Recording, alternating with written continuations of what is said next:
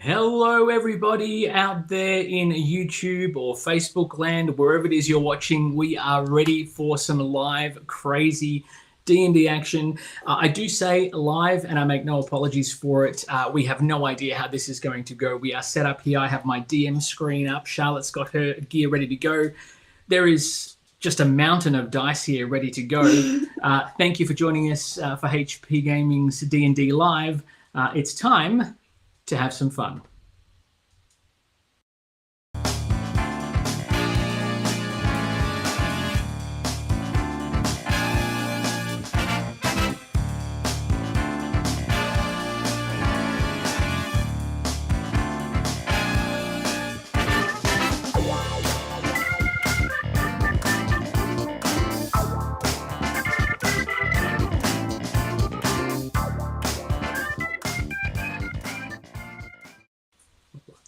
We are back, ladies and gentlemen. For those of you who don't know me by now, my name is Matt, and I'm sure we are destined to be the absolutely very best of friends. I am joined tonight going through her crazy campaign by the one, the only Miss Charlotte, and she is ready to take the fight to some absolutely crazy critters we're going to be throwing at her tonight. For those of you out there watching on whichever platform it is you're watching on, you can always jump in the chat by all means. You will be able to make suggestions for Charlotte's PC, and by all means, those of you out there who have experience can also make suggestions to me as DM if you wish, and we can mess with her as we go. I will I will also preface this by saying that we are playing D&D Junior, so some of the rules might be slightly different. Auntie Sheridan is saying hello, by the way, so say hi. So it's all very exciting. As I said, D&D Junior, so some of the rules might be slightly house ruled, I guess, for this particular venture that we're trying to go through. But I think, I don't know, you've really taken to D&D in a big way. Yes. In epic fashion. Which is awesome. I've started a lot of campaigns. I've already finished one. We are currently, this is Charlotte's third campaign. She's got two running concurrently, so forgive us if we get confused. We'll see how we go. I finished one, didn't I? Having said, you have finished one. Having said all of that, folks, it's time to play some D&D.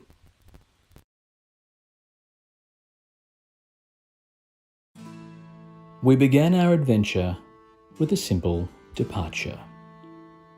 The Dragonborn known as Yetnet, commissioned by their dwarven patron Gundren Rockseeker, set out along the high road with a wagon full of supplies to be delivered to Barthen's provisions in the frontier mining town of Phandelver, but upon turning onto the Tribor Trail, encountered what looked like an ambush site, with 2 dead horses and ransacked saddlebags and map cases that resembled those carried and ridden by Gundren and his companion Sildar Hallwinter, who had left a day earlier to make haste for Phandelver.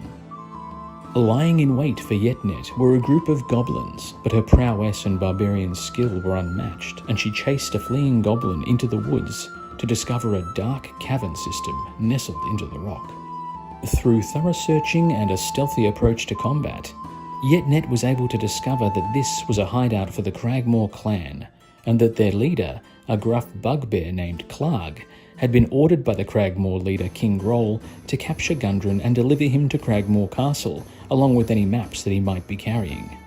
This job was paid for by someone named the Black Spider. After searching through the small cave system, Yetnet was also able to save the life of Sildar Hallwinter, who, beaten within an inch of his life, was very thankful to see the light of day once more. Helping Sildar to his feet and back to the wagon, the 2 new companions are now riding along the rest of the Tribor Trail, seeing the beginnings of the mining town on the horizon, and hopefully, some answers.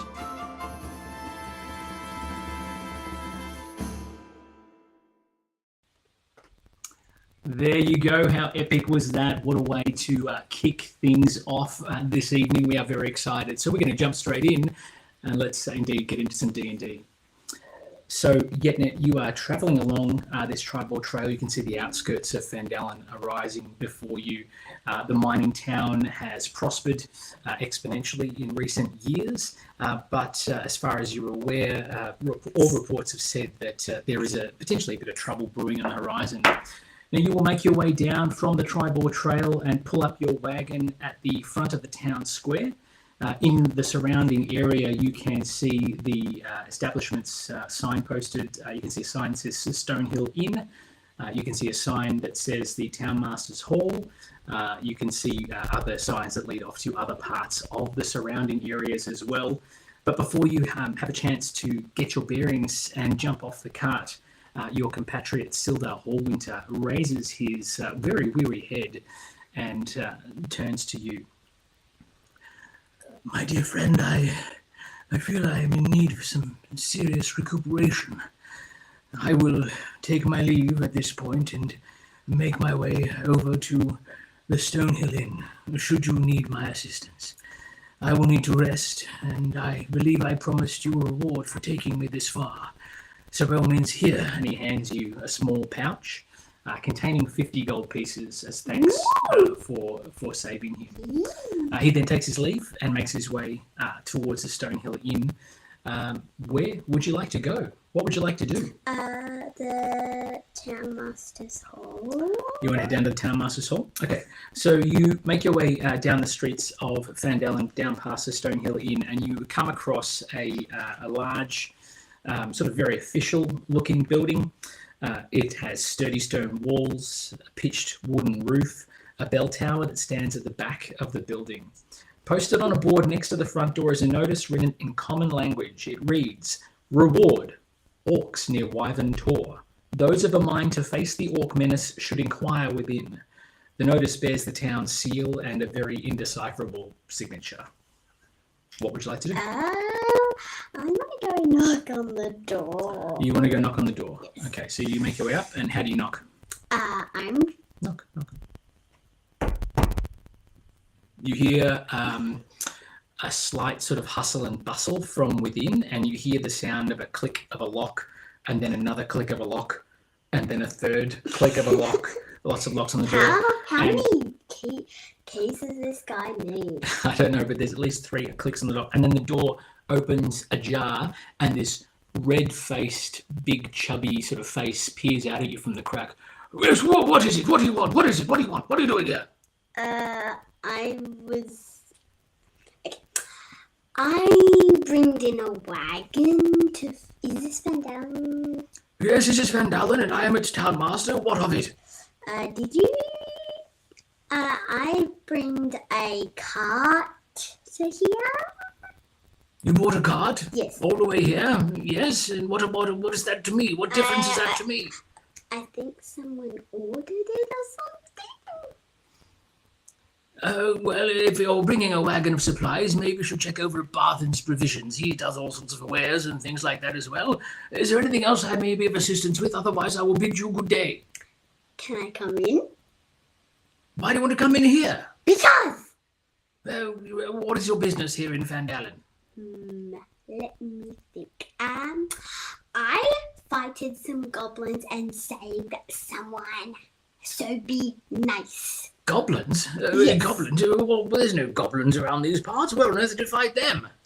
Well, what was the place again? Because I forgot. out on the Tribord Trail. Out on the Tribord Trail. The Tribord Trail? We've heard reports of all sorts of manner of thievery and things going on in there. And I saved someone. Sildar Hallwinter. Sildar Hallwinter? His eyes grow wide with recognition. Sildar is here. Yeah, he's in the Stonehill Inn right now. He's just resting because he was really damaged. Really damaged indeed. He must have taken quite a beating. Oh, I must make my way by post haste to speak with him. Would you like me to walk with you? Because I'm about to go there too. He sort of looks and wonders. He sort of eyes you up and down a little bit. He seems a bit weary. No. I think I'll make my own way to Phandelver, to the Stonehill Inn. I don't think I need to accompany the likes of yourself. Good day. The door slams shut, and you can hear hustle and bustle from inside. But then all of a sudden the steps fade away into the background. Okay. Where would you like to go now? I am going to go around the back of the Townmaster's Hall. Around the back of the Townmaster's Hall? Are you trying to make your way down to where the tavern is? Or no, I'm going to go to the back and and peek up the window. You're going to try and spy on the townmaster. Okay. All right. What? So, you know, One of my campaigns, I did you make your way around. You make your way around the back, and you see that there is an annex, like a small back entrance to the building, and there's a little window that you could climb up to if you would like to. Yes. I want to spy on him. Okay, I need you to make an athletics check, which is a D20. D20? Yep. 17. It's 21. Wow, 21. Okay, My dad's so rolling is really good. you make your way up, no problems at all, but you do have to make a stealth check because you are trying to be sneaky. So roll for stealth. D20. D20 plus 2. I... A dirty 20. Oh my gosh. Okay. So you climb up onto this thing and you can see there's a little window here, and you manage to make your way to the edge of the window so you can sneak in. And peering in, you can see that Harbin is running around, and he's got even redder cheeks now, and he seems to have sweat pouring off his face. And he actually goes to adjust his hat, and you can see that he's obviously got quite a receding hairline, bustling around, and he's grabbing a sack and he's filling things in the sack, just randomly bits of paper and notes and books and tomes and scrolls and all sorts of things. He's bustling it around, and then he grabs up the satchel, the sack, pulls his hat, his townmaster's hat, over his head and makes for the front door, and you lose sight of him. Okay, I'm gonna run to the front door and just stand there. Okay, you need to make an athletics check to see if you can make it in time. D20? Yep. Ooh, 12. Oh, okay. So you make your way around. Run. Side note, my dice rolling is rubbish, and Charlotte knows this. Yeah. So you make your way around to the front, and at the same time as you almost race around and stop right in front of the front door, the door opens at the same time. Harbin takes a step out, and you nearly collide with this purple-faced man who's obviously in quite a state of agitation. Hi. He reels in a bit of glee and excitement, not excitement, sorry, a bit of fear, and sort of hesitates, and then slowly sort of sidesteps around you to try and get through to the Stonehilly. Come back here, you! He starts to pick up the pace and walks almost double time. Can I run after him? Why are you torturing this poor man? Yes, yes, you can. He's funny, or do I just... If you want to run after him, he's got quite a quick pace, but he is definitely not as fit as you are. So okay, I'm just going to run. You don't even have to roll. You'll definitely get to catch up to him. So now you're in step, side by side, walking. He's clearly making a beeline for the Stonehill Inn. You're going to have a conversation across the way. He doesn't look like he wants to chat, but... I'm going to say, why did you run off me? He is going to ignore you and keep walking. However, there are other people milling around the streets of Phandelver watching this exchange, and you can see some of them have concerned looks on their faces. They're a bit unsure. Some of them even brandishing what looks like weapons underneath their cloaks, and some of them are actually reaching for their weapons. I don't want to get killed. Okay, well, if you don't want to get killed, what can you do to stop that from happening? I'm gonna walk backwards and say, it's all fine, I'm not an enemy. Okay, I need you to roll for persuasion. Okay, 7 total. So, some of these people have never come across a Dragonborn before. So these people are going to be watching as you try to say, it's all right, it's all good, calm down, it's all good, don't worry about it. And they are just not going to buy it. They're going to think you're here for all sorts of trouble, particularly watching you, potentially harass Harbin, the townmaster. So you can see as well, there's a couple of folks that have got these yucky, old, sodden, red, sort of crimson cloaks, and they're readily going for their weapons. But they stay where they are. They don't advance towards you, but they do have their hands on their swords, and one guy has got like a dagger that he's sort of just twirling in his fingers as he eyes you a bit more suspiciously. Harbin, these people are going to kill me. Harbin glances up at that, and he sort of looks around to where you are. He sees these people, these people in these cloaks, and he just stops in his tracks. And suddenly he seems a bit on edge. But it's not because of you. And he sort of looks at you and he says, beckons with his head, keep walking, and you pick up the pace and you walk alongside, step in step, as you make your way further towards the Stonehill Inn. And he mutters under his breath, "Keep walking, don't look. Keep walking, don't look, don't." I'm gonna look back.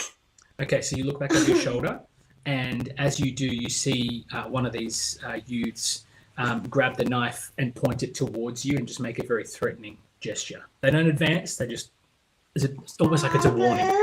Can you tell them that I'm not an enemy, please? Harbin ignores you altogether. He almost comes back and grabs you by the shoulder and makes a beeline for the Stonehill Inn.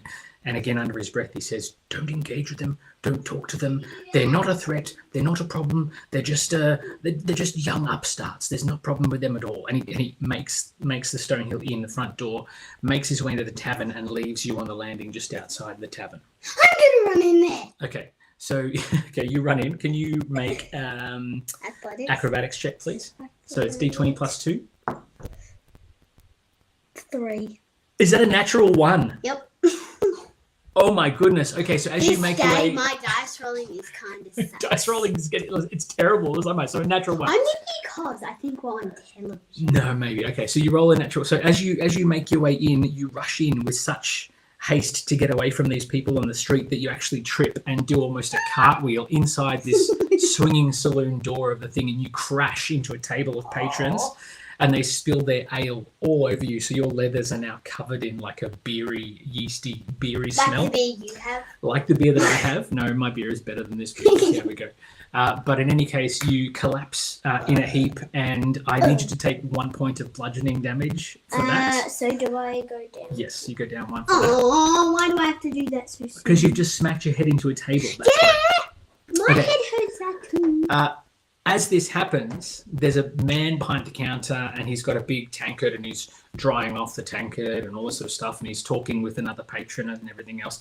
And he hears the crash, and his head snaps up, and he looks up, and he's quite a larger sort of gentleman. Oh, my and head. Your head hurts. I'm not surprised. And he comes around the side of the bar, drops the tankard, and he says, "Here now, what on earth is going on here?" And Harbin, who's rushed in, has left. He's made his way up the stairs, obviously looking for Sildar, we assume. And this gentleman has come over. "What are you doing in my establishment, breaking furniture like that? Are you all right?" One of the people were chasing me, and they were going to kill me. Chased? Well, I just arrived here, so... You're new in town, and you're being chased. Wait, is it one of those wee boys in those red cloaks? I don't know, but he had that little knife here. He sounds like one of those red brands. I tell you what, they're such a menace to this place. I wish that fella who rushed in here, Harbin, he's the town master. I wish he'd do something about those crazies. Him. You were chasing him? What for? Well, he was, how can I explain it?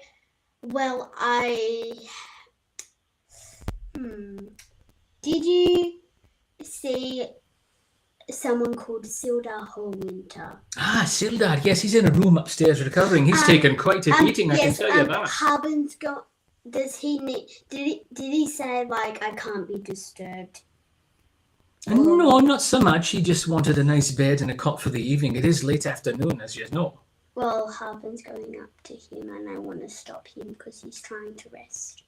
Oh, what? Maybe they know each other. Well, I actually spied on him, and he was like grabbing stuff into a bag, packing rolls and things. Aye, well, that's as may well be. But if they know each other, I mean, Harbin's not... Can you send me up to his room, maybe? Roll persuasion. So D20. Ooh, 14. And you don't get a bonus to that. Hang on 1 second. Toblin rubs his chin a bit and wonders a bit what's going on. He says, and he sort of considers the offer. He says, right you are then. I suppose you've travelled with Sildar. You obviously know the man reasonably well. Yeah, well, he was a pat. He's upstairs, room number 2. Okay. And with that, he sets back. He says, "Oh, and by the way, if you do not mind, I wouldn't mind some silver to cover the cost of the table." Okay, here. So he hands out his hand. How much silver are you going to give him? Don't worry about it. I'll make a note of it. Oh, I don't have any silver. No, you've got gold. I'll give you 10. 10 gold pieces. Yeah. I mean 5. 5 gold pieces for an egging. Okay. I've got 69, so. Turbulent looks at the gold on his hand and he sort of just quickly pockets it. He says, right, number 2. That's all the gold I have. Oh, okay. So he says, room number 2, Sildar is up there and you're more than welcome to go up and see him. Obviously, you know who he is. All right, best be off then. And he heads back around to the bar, starts picking up the tankard and drying another tankard. And you can hear there's conversation starting again after the sudden stop you caused when you crashed into the table. What would you like to do? Would you like to go upstairs or would you like to go elsewhere? I want to go upstairs to room number 2. Okay, so you make your way upstairs and you find on the landing there is a long row, probably about 6 rooms total, 3 aside, and there's lanterns that have just sort of turned on as if it's a bit darker upstairs. Room number 2, the door is slightly ajar. So it's up to you what you want to do, whether you just barge in or whether you want to just listen at the door. I'm just going to put my dragon here at the door. You're just going to listen. Can you roll for investigation, please, which is D20 plus 2? 15, 17. Okay, so you put your dragon ear, as you so eloquently put it, up to the door and you listen to what's happening and you can hear Sildar mostly just, yes, I agree, just sort of not really committing to anything, not really acknowledging anything. And you can hear Harbin. You can't make out exactly what he's talking about, but you can hear him. He's very excited and he's sounding very urgent about something. Something's not very clear. Something's not quite right in town, and he wants Sildar's help to deal with whatever the problem is. Okay, I'm just gonna knock on the door like. Everything goes quiet, and you hear a bit of a rustle from like papers being shuffled around, and then you hear Sildar call out, yes, who's there? Sildar, it's me, Yetnet. Oh, Yetnet, my good friend, by all means, come on in, won't you please?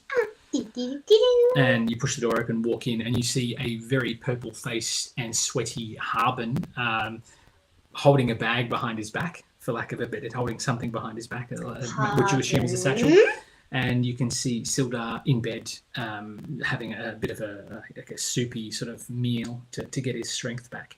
Yetnet, my good friend, please come. This is the town master, Mr. Harbin. Yeah, I was pressing him here. Race Harbin. He left me outside with a guy in the red cloak, so yeah.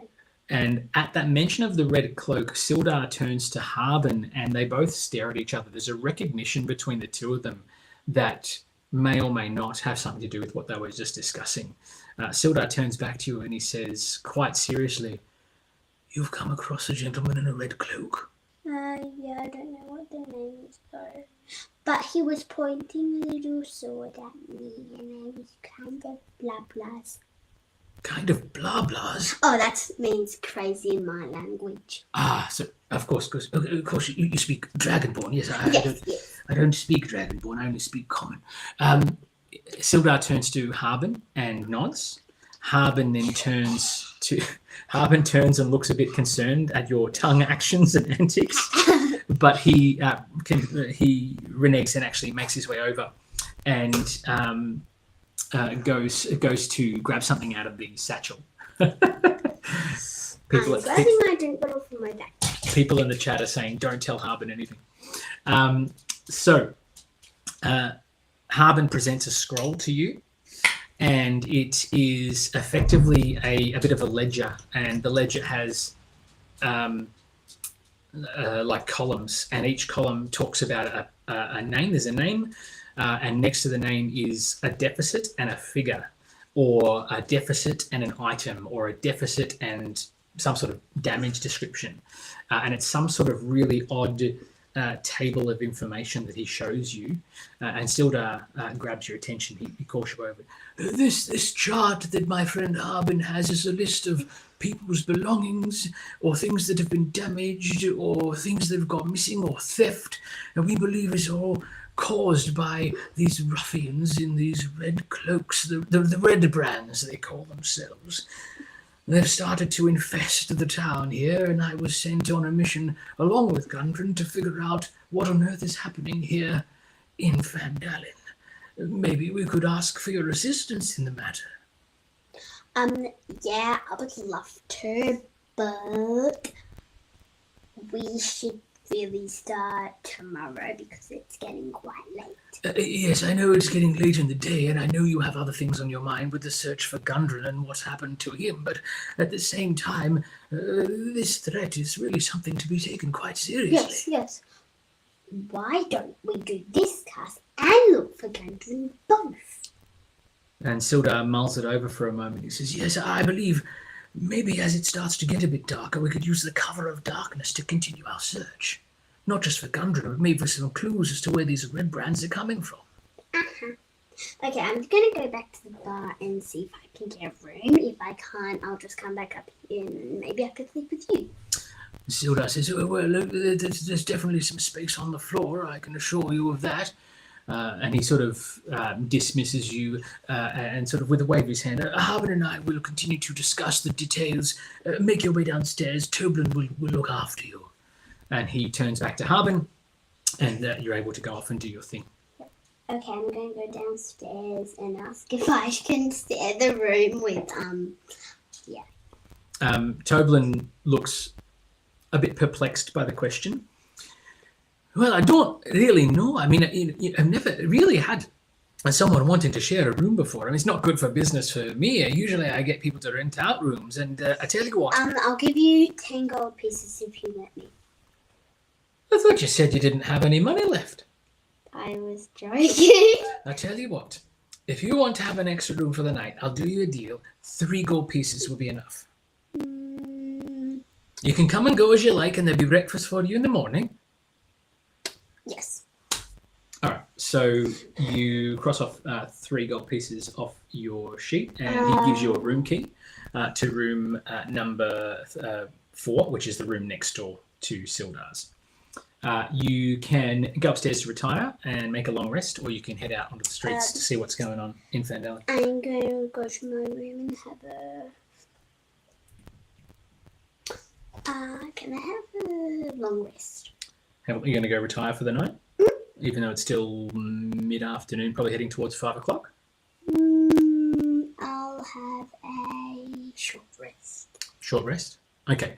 So you take a bit of time in the room. Yes, you would. No, don't worry about that. Just jump back up and regain that hit point that you lost. Okay. So you would take a moment to recover and recuperate. This gives you a chance to rest because you've been walking and riding for most of the day to get to Phandelver. And as you finish your repairs and tend to your wounds and things, tend to your head after getting smacked by the table, you can see the window outside is showing you that it's getting quite dark.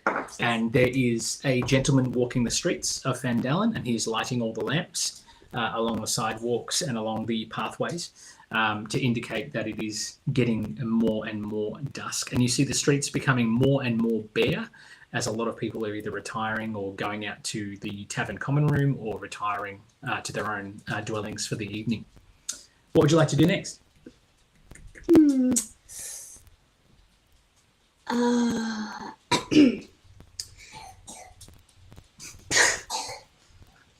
That's the assistant DM from the other room coughing away there. Yeah. I'm going to go knock on number 2's door, Yep, you knock on the door. There is no response. What? There is no response. I'm gonna slowly push the door open. The door is locked from the inside. What? Remember, about an hour has passed.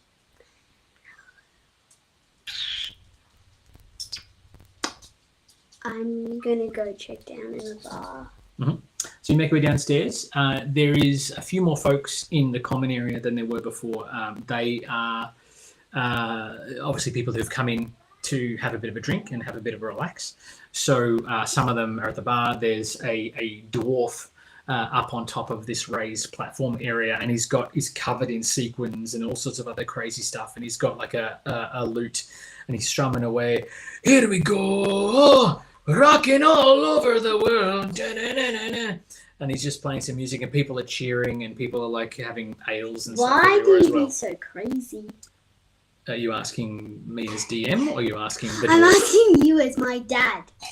Because I'm trying to create a world for you to play in this game. I know, but you'd be so silly with it. Okay, that's okay. Well, I'm allowed to be silly with it. That is Yes. my prerogative. So yeah, there's a Yes. dwarf entertaining the crowd. There's people swilling beers I'm and ale gonna and stuff. go say, shush! Roll for intimidation.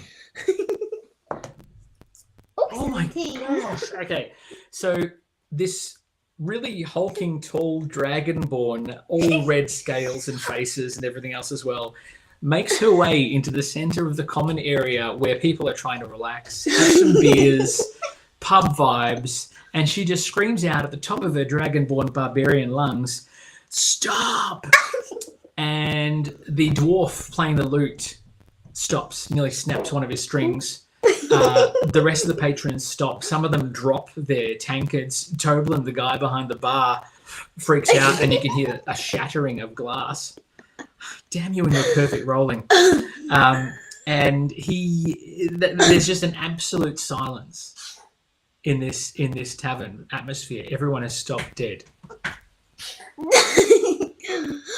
Okay, that's better! They all just stare at you. Some in fear, some in absolute confusion. The dwarf has his mouth open mid-note and he's just like this. As this dragonborn has just screamed at everybody. Oh, okay, I need water. You need water. And it's at that point where Toblin actually grabs your attention. He says, I'm sorry, does there seem to be a problem? Is the doors supposed to be locked by now or not? He sort of looks at you with a bit of confusion on his face. What do you mean locked? I mean, people are coming and going as they like across the board here. Have you seen Silda Hallwinter walk out? Because his door's locked. No. He came down earlier to let me know that he was retiring for the night, and he asked me to make sure that he wasn't disturbed. Ah. Okay. Sorry, the door was just locked and I sort of... Well, he's probably freaked resting. out. I mean, he took quite a beating from what I saw. He had cuts and bruises all over his face. Looked like one of his arms is almost broken in places. He's probably resting and recovering. Okay. See you in the morning. Hoot hoot. Okay. So are you heading out onto the streets or are you going upstairs again? I'm going outstairs, but first... Yes. Now, you all be quiet while I'm trying to sleep, okay? And a couple of people who are closest to you in the tables, that's very right. Nothing for us. When you hear any noise from us whatsoever, it's totally fine. And then you've got some other people who are like, whatever. What are you talking about? And then the dwarf just goes, I'm supposed to be playing music. What should I do? Okay, I'm gonna make only the dwarf can sing. No one else.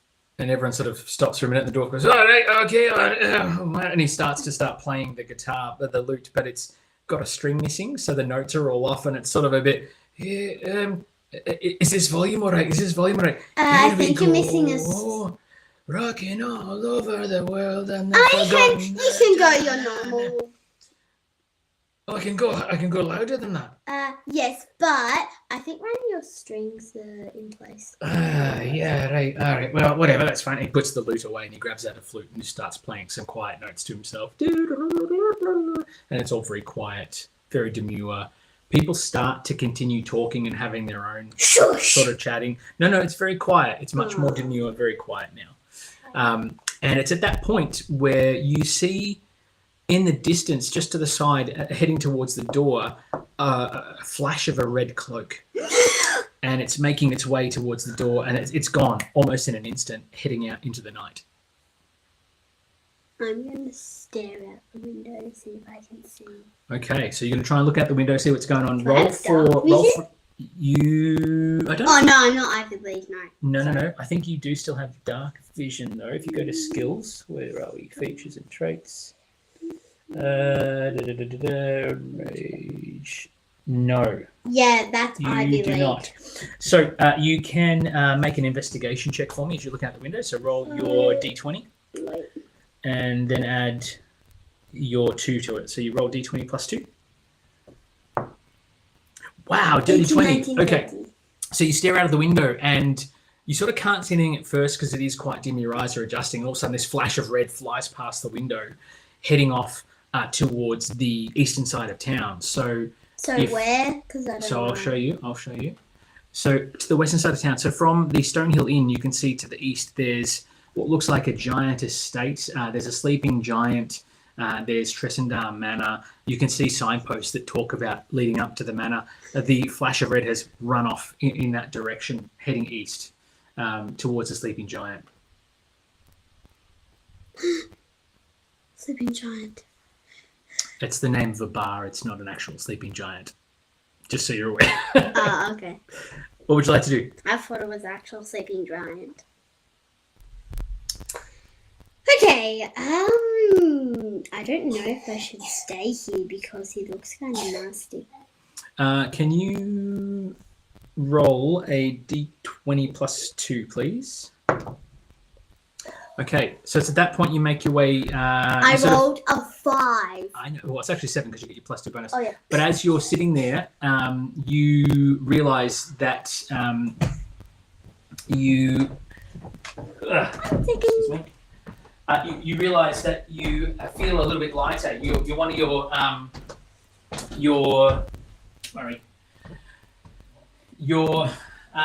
one of your coin purses feels slightly lighter than it should, and in all the hubbub and commotion, you actually realise that you're missing 20 gold pieces. What? So whether or not that's happened somehow along the way, you've had 20 gold pieces go missing. I'm gonna look on the floor. You don't see anything on the floor, no. I'm gonna ask everyone. Stop! Roll for intimidation. Okay. There is a sudden silence, but in this instance, there is a bit more of a grumble. There's a bit more resentment towards you, just yelling at everybody. And some people, they stop for a second and then they turn back to their conversations. Right. Stop! Okay, bear in mind, third time round, that is not going to work. Bear in mind, too, that you've sent this fella you've sent this fella running off into the streets, into the darkness, and he potentially might be involved. All right. Yeah, but I'm gonna do something sneaky. You can do something sneaky? You'll see what I mean in a minute. In a minute. Here we go. Strap yourselves in, kids.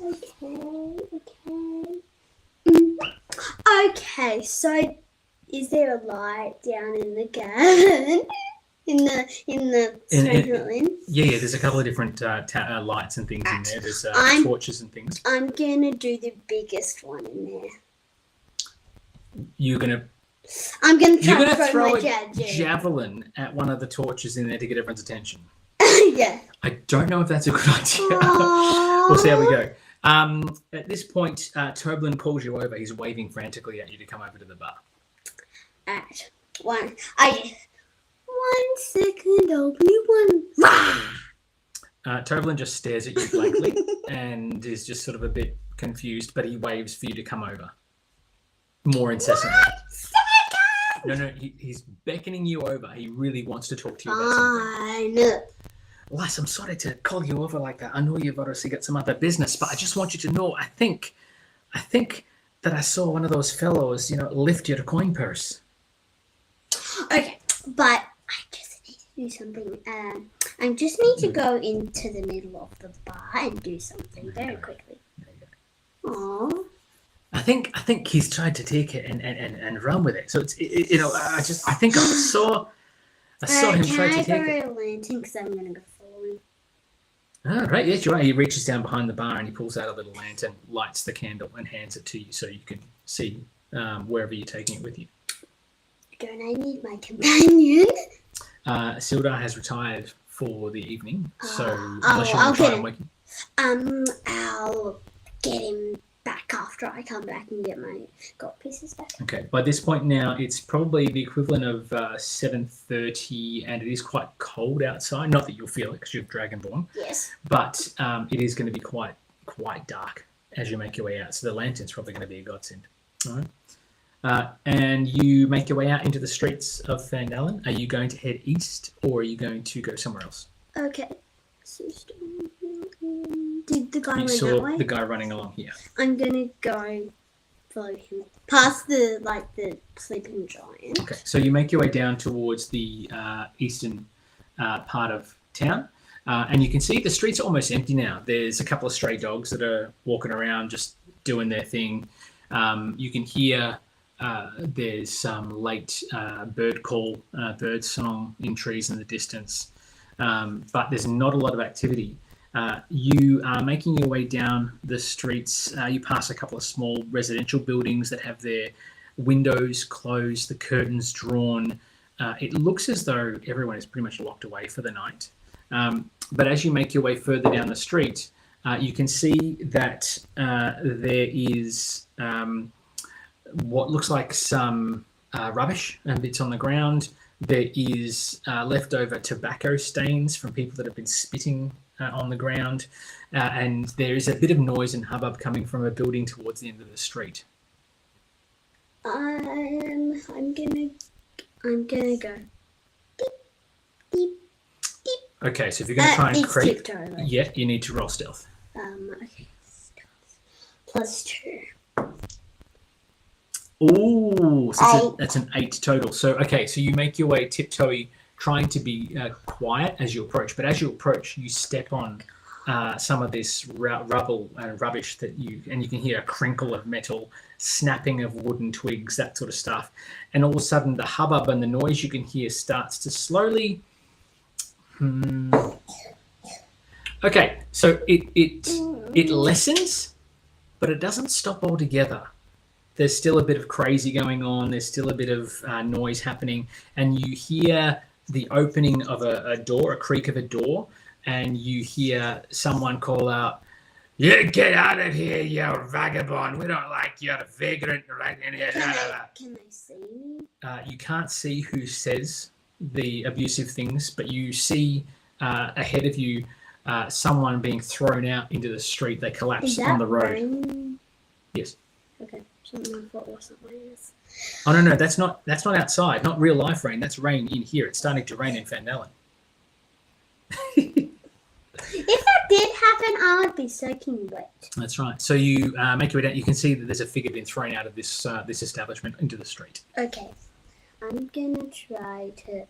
So I'm gonna put my lantern behind me and see if he says, "No one's there." This person will definitely not know you are there. They are face down in the dirt. What? So there's been a gruff voice, and all of a sudden you can see ahead of you someone was thrown out of the building and they collapsed onto the dirt in front of them. Okay, I'm gonna say, "Hello, is anyone there?" You call out. There is a gurgle from this person lying on the ground, and you hear, "Hey, how you doing? Do you want me to come over there? I need help up. I can't stand on my own." Okay, if you see a light, call out like anything. And as you approach, you can see this figure is lying in the ground, almost face down. Their head is turned away from you, so they can't really see the light. "Are you still there?" Yeah, I'm near you. Turn your head around. "I can't find my legs." Well, turn your head around and you see the light. And you can hear a grunting and a groaning as this figure starts to turn, and this common sort of garb. There's a vest and everything else. It looks like he's just a lowly peasant or a farmhand, and he's got a bit of blood on his face, like he's been in a bar scrap, been in a bit of a bar fight. And I run to help him, like, stand up. And he struggles with your assistance and is brought into a standing position. "Oh, thank you very much. I thought I'd lost them, but they're there. They're still attached. Good old legs." "Oh, you're a funny looking one." I'm a Dragonborn. Oh, when were you born? It looks like you've been around a while. I was born in 2018. This guy is not 2020. Anyway. This guy's clearly had a bit too much to drink, and he looks a bit. His head sort of, his eyes are dilated. He's sort of looking at all sorts. What's your name? Frederick. At least I think it is. It might be John. Oh, excuse me for a moment. He watches you snicker and laugh, and thinks all of a sudden he's get this confidence that he's really good, and he sort of has this bravado on him, and he still leans on you, but he's like, "Oh, yeah, we're having lots of fun. Yeah, we should go back in. There's a great bar right here. We should go back in and have another pint." Are you okay? Yeah, it's a great place. They've got all sorts of things in there, and they've got more bars. How many drinks have you had? 102. I don't know. And he sort of starts staggering. Like you. He starts staggering towards the door. Come on, dragon friend. Come on, dragon friend, let's My go. name's actually Yetnet. You what? Yetnet. And he burps and and he just sort of, come on, Yet face, let's go. And he goes to knock on the door, and he knocks, and the door swings open, and there's this guy who is like a real heavy-set, strong sort of bouncer type. You again? I told you, get out! And he grabs the guy and pushes him back into the street. I'm gonna go say Frederick, John, whatever your name is. And Frederick or John, whoever his name is, he sort of stumbles back a bit, and he says, "Oh, that's right, you stole my money. You stole my money." And he's shouting into the door that's now closed in his face, "You stole my money, you red brands, you stole my money." Okay. Can I go to the toilet? I'm busting. We are going to take a short break. We'll be back very, very soon. In the interim, by all means, if you can make sense of the story, let me know. It's a bit crazy. I'm just going to jump out of the way so Charlotte here can jump on out. Too much water. Intermission. Oh dear. It is a bit more fun when you can do the voices. I will say that. I will preface this too, or not preface it now because we're about 50 minutes in. This game can sometimes get quite slow because my friend Yetnet wants to explore all avenues of absolute chaos. And once she gets her mind set on something, come hell or high water, we're going to do it. So that is why I think as well it's confusing too because we have multiple campaigns going that are both set in similar settings and locations. Charlotte is running through Dragon of Icespire Peak at the same instances, and her run-ins with Harbin have never ended well for that poor man. So it's been a bit of fun. Looking through the chat, sorry, we've been busy talking about all sorts of crazy.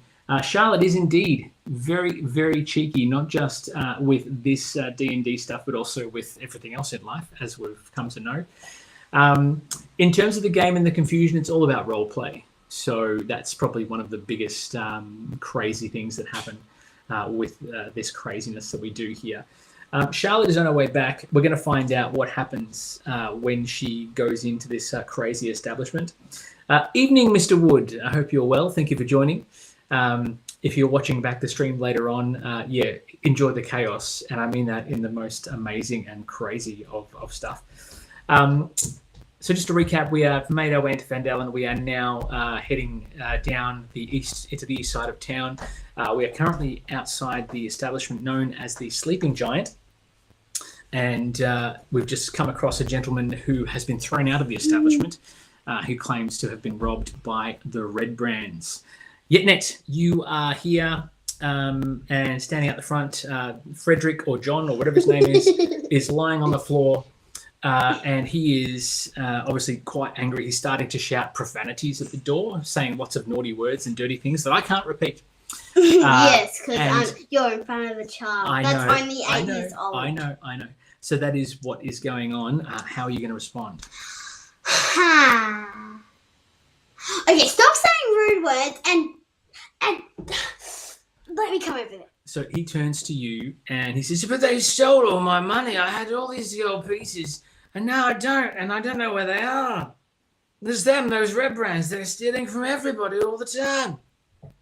Wait, everybody, even newings? Oh, everyone knows about the red brands. All they do is thieving and stealing and threatening and all this sort of stuff. Wait. They come in here and they cause all these things. What? I think they might have stole some gold pieces from me. Yeah, they steal from everyone. They steal from me. They steal from you. They steal from John. No way, I'm John. That's Frederick. Oh, I don't know who I am. They steal from everybody. They're a menace. All right.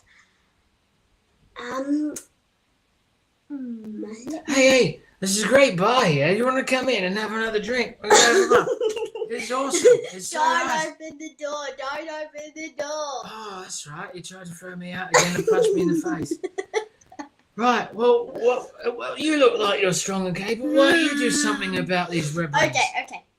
You go to the side of the door so you don't be seen.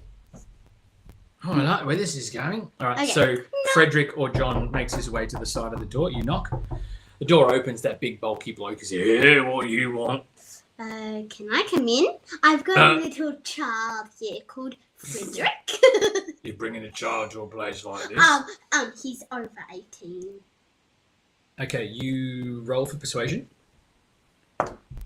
17. Oh my gosh. Damn you. Okay. Oh, yeah. All right. You got much coin on you then? 1 second. You've got at least 50 gold pieces from Sildar earlier. Okay. How much is it to pay to come in? Oh, no, there's no cover charge at all, but we do like people with deep pockets, if you know what I'm saying. You're more than welcome. Sorry, I only have 2 gold pieces. Roll for persuasion. 7. Okay, so he looks you up and down and he catches you in your lie and knows that you're obviously got a bit more than you say.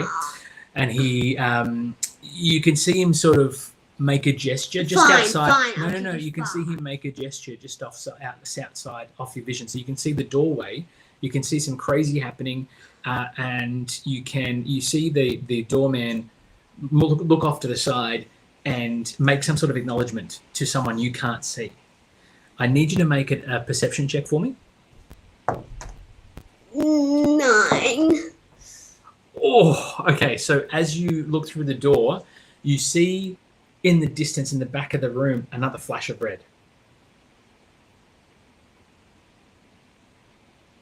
As the rain starts bucketing down. In real life, not in the game. What would you like to do? I'm going to say, hurry up! Hurry up to who? I'm going to say, just hurry up to the 2 people. So the doorman sort of looks you over and he gives you an air of confusion. All right, keep your shirt on. You're more than welcome to come inside. And he steps aside and you're welcome to make your way in along with you and Frederick/John. Come on, Frederick/Johnny boy. All right, so you make your way in. And you can see it's like the Stonehill Inn, but much more seedy. Much more naughty. Much more noisy, much more naughty. It's like a ramshackle, rundown room. There is the porch out the front. People stealing from each other. You can see there's a game where a guy's got his hand on the table and there's a knife going in between all the fingers. You got guys playing darts. There is a lot of bad language. I am going to go in the middle of the room and say, stop! Keep doing that. You can't keep doing that. So you make your way into the center of the room and... Oh, okay. Oh, wow. What's your passive perception? Passive perception. I don't know what that is. Passive perception. Here's 10. Oh, wow. Okay, 10. So you make your way to the center of the room, and as you do so, you feel a presence behind you.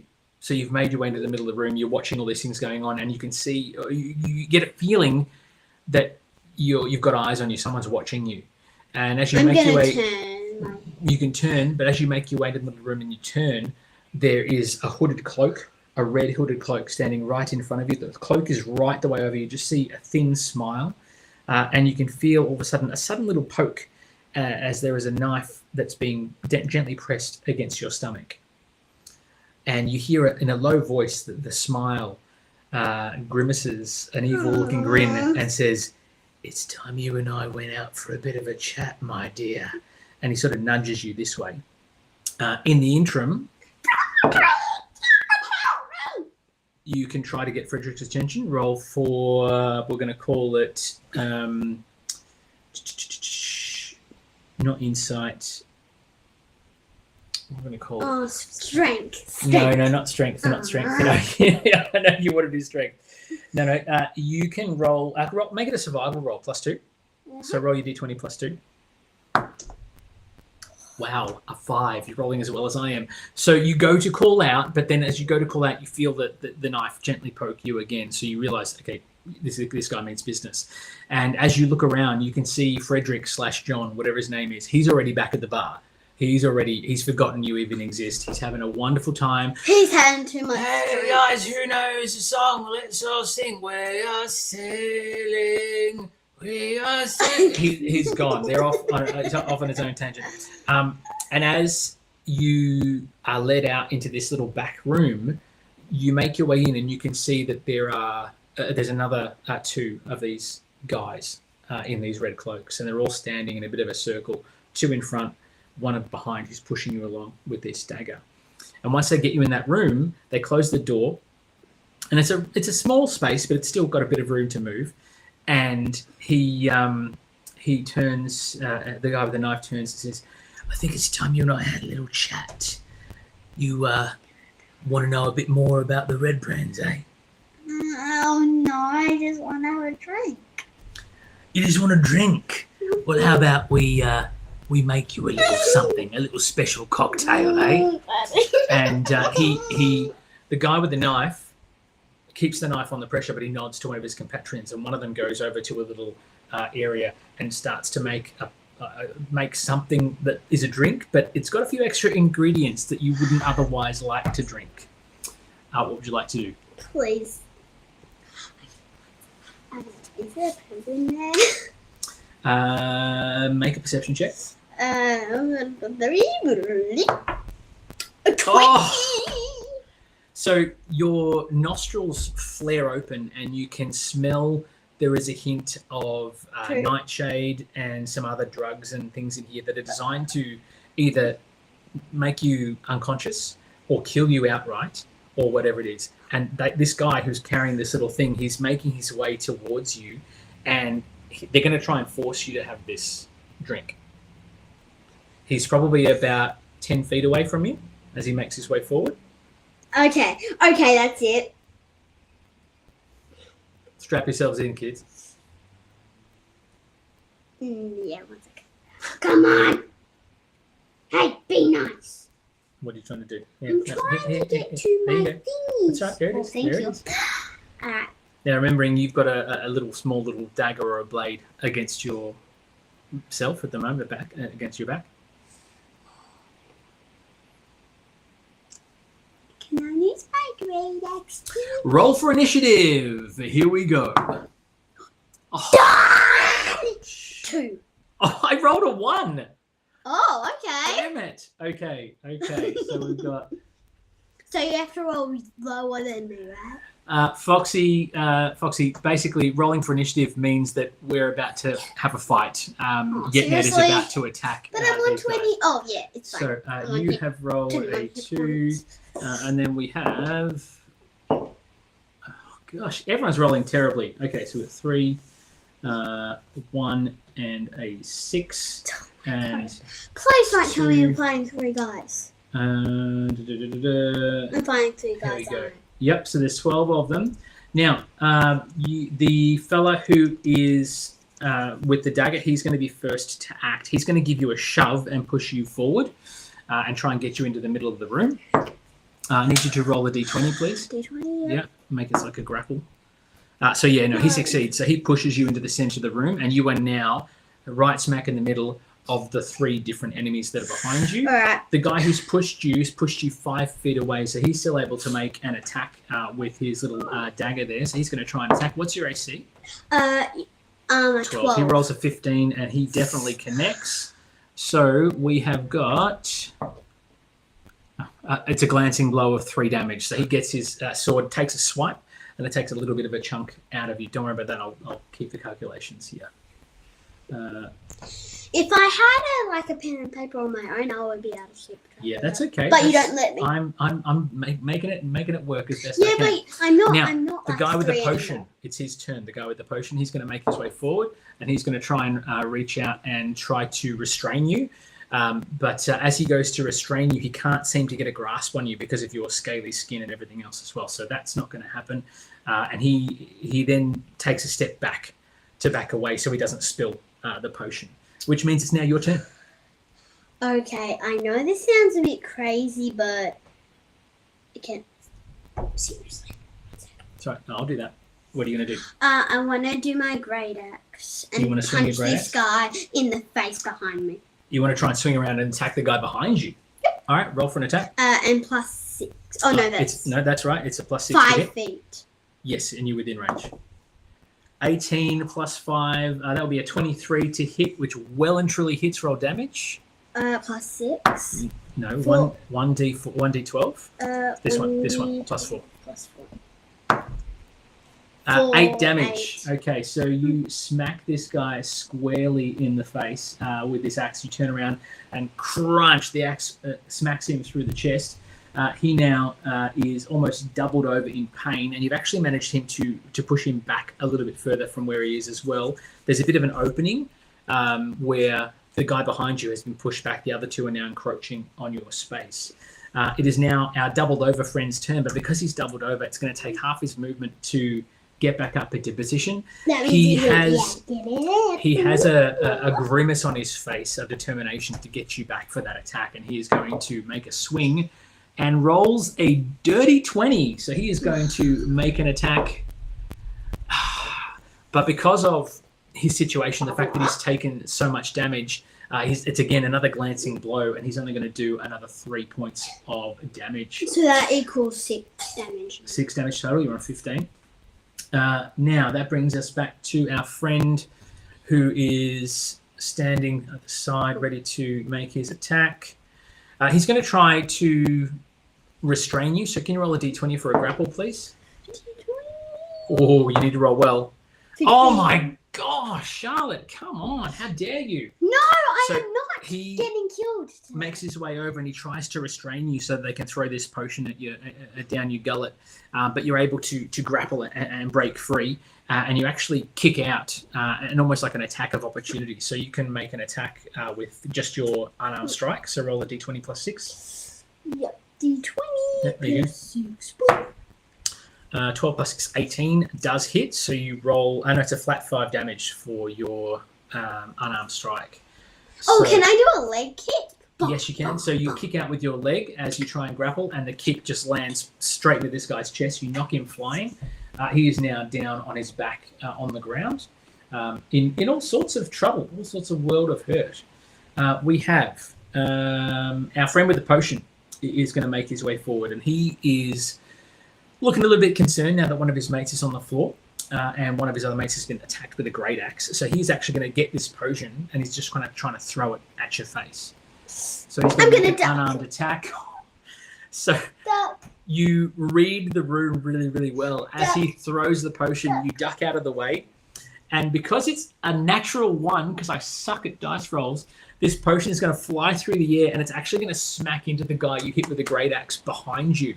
He's going to take some of this potion to the face. It's not going to do any damage just on his skin, but some of it gets into his mouth, and he can start to gargle from this poison that's inside this nasty potion. The guy who threw the potion, oh my god! And he actually tries to rush you to get towards you, but he doesn't have an opportunity to make another attack. He does close the distance though, so he's now hip and shoulders next to you. It's now your turn.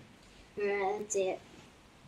Right axe again to this guy next to me. The guy who threw the potion. Yep. All right. Roll for attack.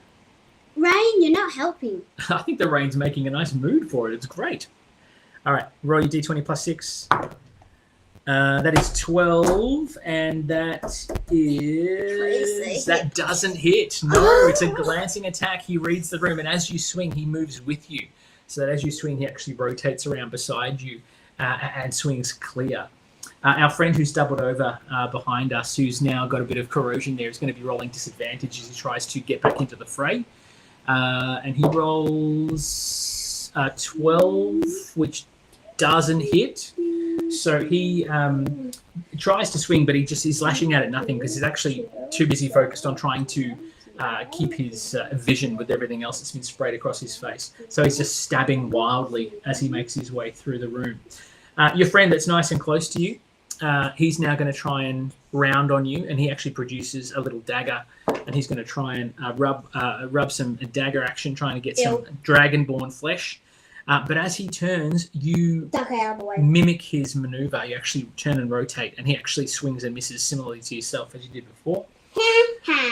Our fellow who's on the ground, he's going to try and get up, so he takes some movement point to try and get up. Hang on, where's the third guy? He's the one who's on the ground, and he's trying to make his way up now. No, didn't you say there was 3 guys? I did. So you've got one behind you who's got an acid on his face, the guy who threw the potion who's next to you, and there's a guy on the floor in front of you who you knocked down before with the kick. Oh, yeah. So kick guy gets up, and he's sort of holding his chest a bit, looks a bit worse for wear.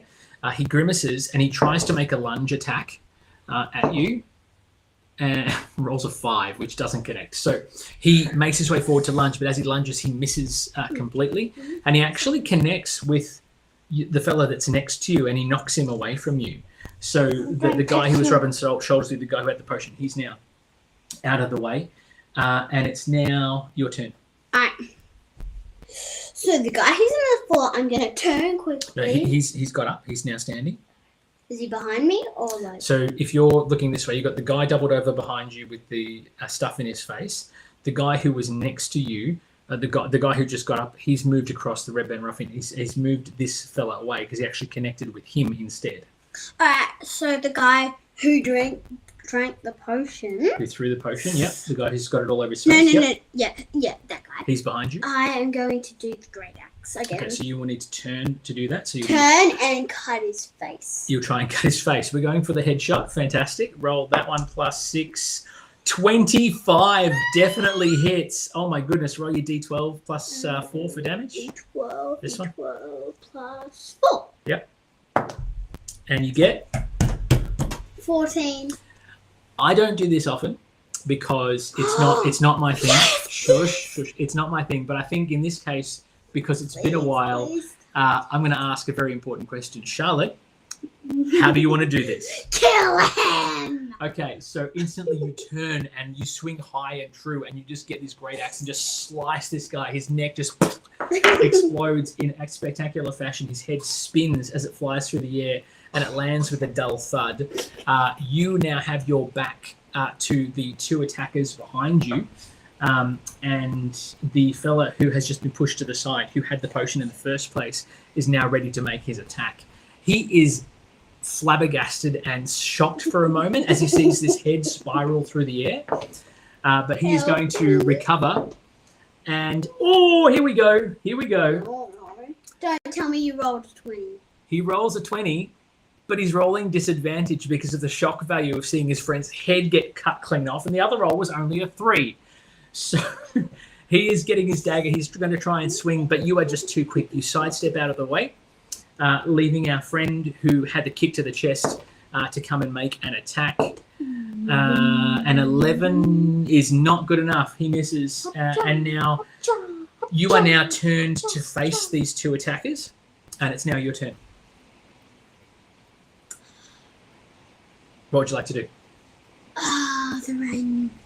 Don't worry about the rain. No. You're in combat, kiddo. Get into it. I'm going to do my great axe to the guy that... Now, I will point out here that you have 2 weapon fighting abilities. So if you wanted to, Can I do it? You could use your 2 hand axes to To try do and one of land the an guys attack. and the other guy? One would be just a clean roll. You wouldn't get a bonus on it. So pick which attack you want to make and who you want to I'm going to do the bonus attack to the guy that threw the potion. Okay, so you want to roll that one first? So go for it. Roll for an attack. It's a D20 plus 6. Yeah. This one? Yeah. D20 plus 6. 13, 14, it's 19. 19. That definitely hits. So you roll 1d6 and then you add your modifier. So it's Plus that one plus 4. 4. So that is 5 damage. So you land the throw with the axe. You land the hit with the axe. And this guy, it cracks into his chest. This is the guy who threw the potion. Yep. To the side. What about He's the now modifier? dropping to his knees, and he is literally the weight of the axe that's in his chest. And the fellow that you kicked in the chest, he's now watching his friend almost bleed out on the floor. And you can make your second attack with your two-handed attack. So it's just a straight D20 roll. You don't get any modifiers for it. 14. It hits, just hits. So you can roll for damage, which is this one. But plus 4. Yes, for the attack, for the damage, yes.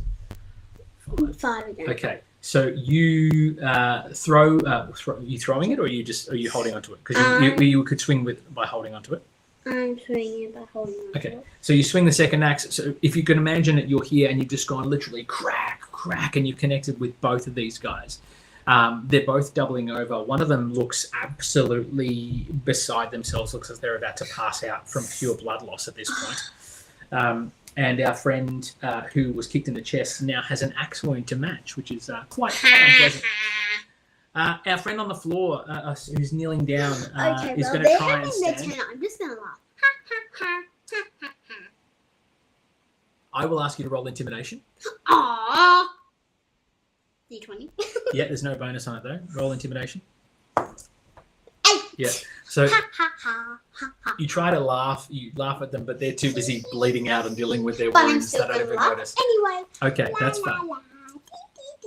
All right. So now our friend on the ground is going to make. He's doubled over almost, and he's going to try and swing. So he is going to reach out and he's going to get his dagger and he's going to swing right across low. Trying to get low to your knees. Trying to get low to your knees, and he connects with you. So he is going to do some damage.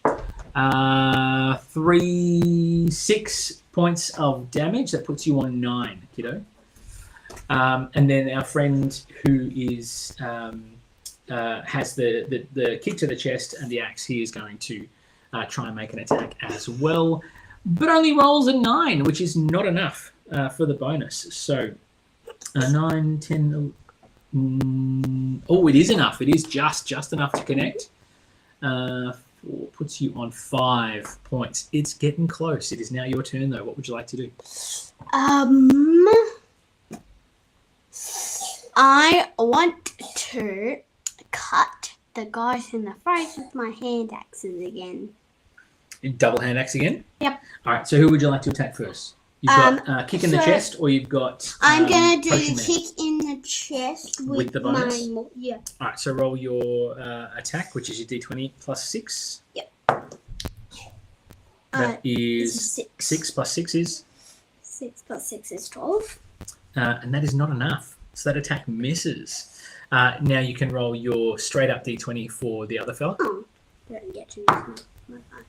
Oh, 5 is not going to do it. Oh my gosh, both of the attacks miss. Oh dear. I didn't think we were going to get this close to death. I really did not think we were going to get this close to death. Okay, so pray that I roll as bad as I usually do. Otherwise, it's going to end very badly. Roll a natural 1. I'll try to roll a natural 1. Yes. All right. Our friend who's bleeding out on the ground is going to try and make another dagger attack with disadvantage. 12. No good. Okay, so we're just shy. Swings and misses. You're ready for him this time. You almost jump as he tries to swing.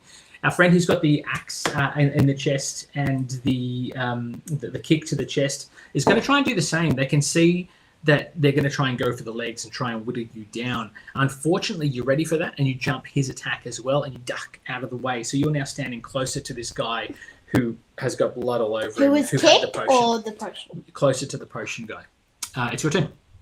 All right, the potion guy is going to get a few of my Great axe. All right, roll for an attack on this guy for the great axe. D20 plus 6. Yep. Oh, 8. And that actual 2. Oh my goodness, that's terrible. Okay, so that's not going to connect, obviously, for whatever reason. All right, our friend here on the floor rolls a 19. That hits. 19 to hit. Okay, we... Oh, 2 damage. 2 damage. Okay, so he takes another swipe. This time he connects. We will see how we go. Oh, Remember, yeah. you have something in your inventory as well, by the way. What's something? Oh, And you can use that as an action. If you want to use that as an action, you can use that as an action. Oh, how many actions do I get? 1. Oh, seriously? So you can do a double attack and see and hope you get lucky. You right? 1 second. I know how to open Yeah, these just be things. careful. I don't want you to break it. All right, so give it a shake. Use your potion of healing. So in the midst of battle, Yetnet rips off a potion, a cap of a potion of healing, downs the potion. Unfortunately, it's a very weak potion, as it turns out, and she regains a total of 4 hit points. Oh, seriously? That is it. That's fine. I'll take that back. Aw. Can Where's I the put cap? the bottle cap No, on I'll do it? that. Aw, I want to pop the Okay, bottle cap. so now it's our friend's turn. The guy who's doubled How over. many He's going to potions do you have? have a few. 9 doesn't hit. So our friend who's been kicked in the chest is going to try and make another attack and only rolls a 5. That's not going to do it either. So it's back to you. And you feel a bit more rejuvenated and revitalized now that you've got a potion of healing. That's the only one. No one hits. There's only 3 of you left, including those 2 guys. It's your turn again. What would you like to do? I am going to do the guy that. I'm going to try again with the guy with the potion with my great axe. Yep, go for it. 17. That definitely connects. Roll for damage, please.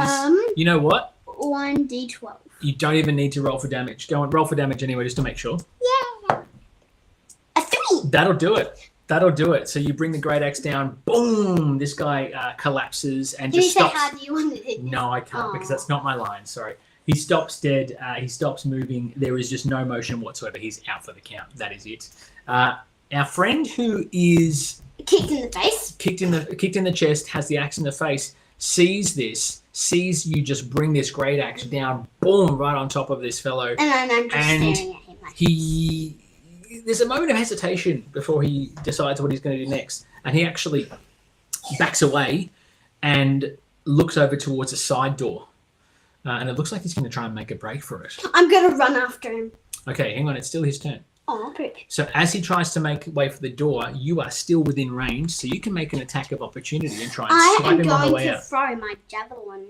You're going to throw your javelin. Yep. All right, so you roll your d20. It's 30 feet. Yep, 30 feet, yep. Well, you're closer than that anyway. So technically, 11. you can probably stab him. You wouldn't be able to throw it as such because Okay, it's in stab such him. close proximity. And 11 doesn't hit. So he's actually making a break for the door right now. I'm running after him. You want to go after him? Yep. Okay, so he's making his way out. He's actually made it to the door. He's turned the knob. He's making his way through. And he's actually, the door is hanging open, and it's now your turn. Okay, I'm going to run after him. You're going to run after him, try and chase him down? All right, so your speeds match. He's got a lead on you of about 10 feet.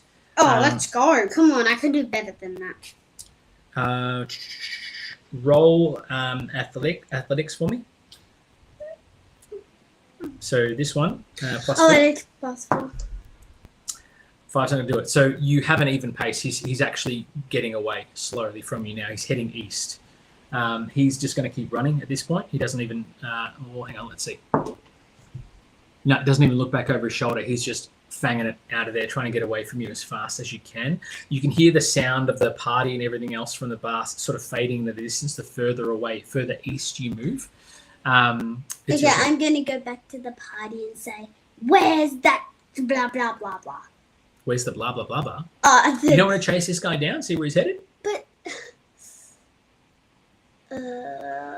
Could be worth it. Okay, I don't want to get stabbed in the face. You don't want to get stabbed in the face, fair enough.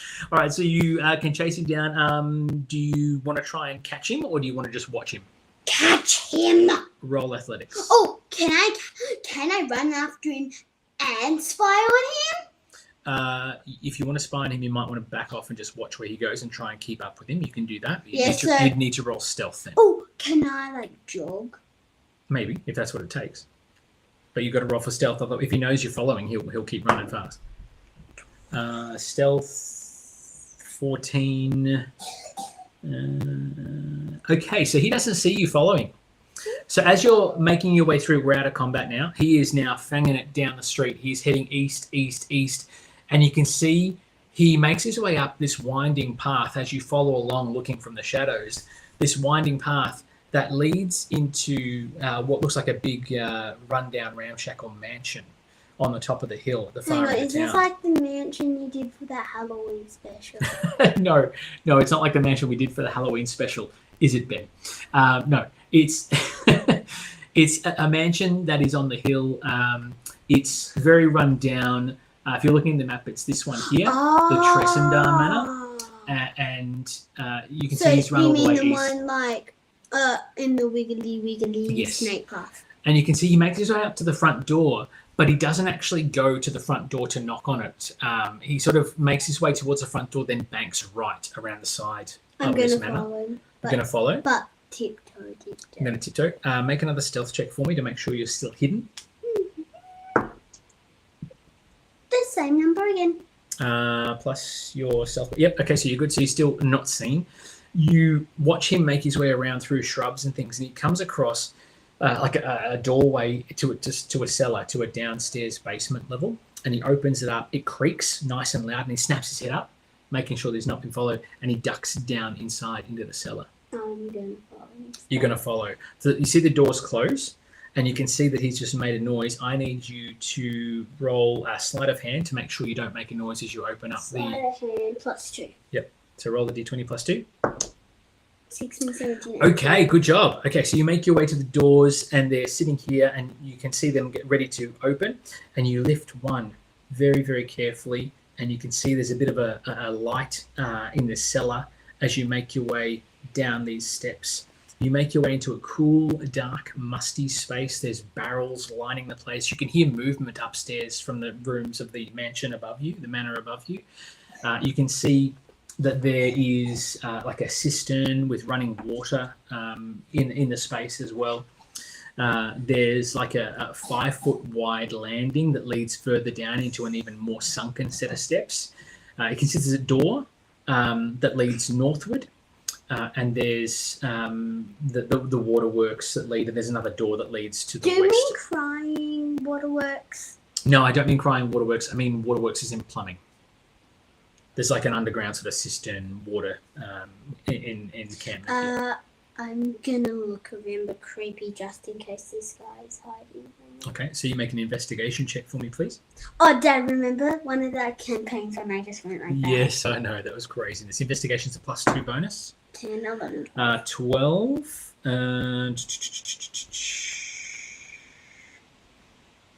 You can't find anything. All you see is some barrels and things. Doesn't look like there's anything too crazy in them from what you can tell. Some of them are labelled as pork. Some of them are labelled as wine. Doesn't look like there's anything special in or anything of value in those.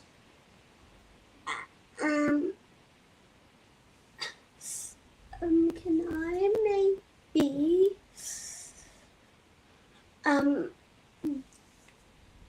use my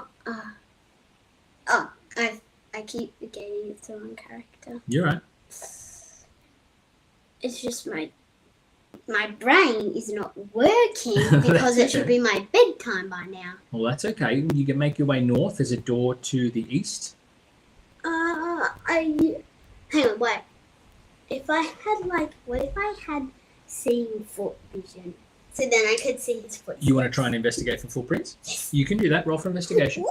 Actually, make a perception check. See if you can see. Perception. There's no bonus on it for you. Just roll straight up roll.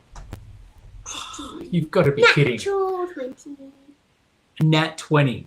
Okay. So as you look around the room, you head to the northern door to see if there's any sort of show that he's actually come through the passageway. The door looks solid. It doesn't look like it's been touched in a long while. There's dust on the handle. You can see over by the cistern there's some barrels that have been maneuvered around, and they're sort of almost half blocking the door that leads east. That's not what interests you.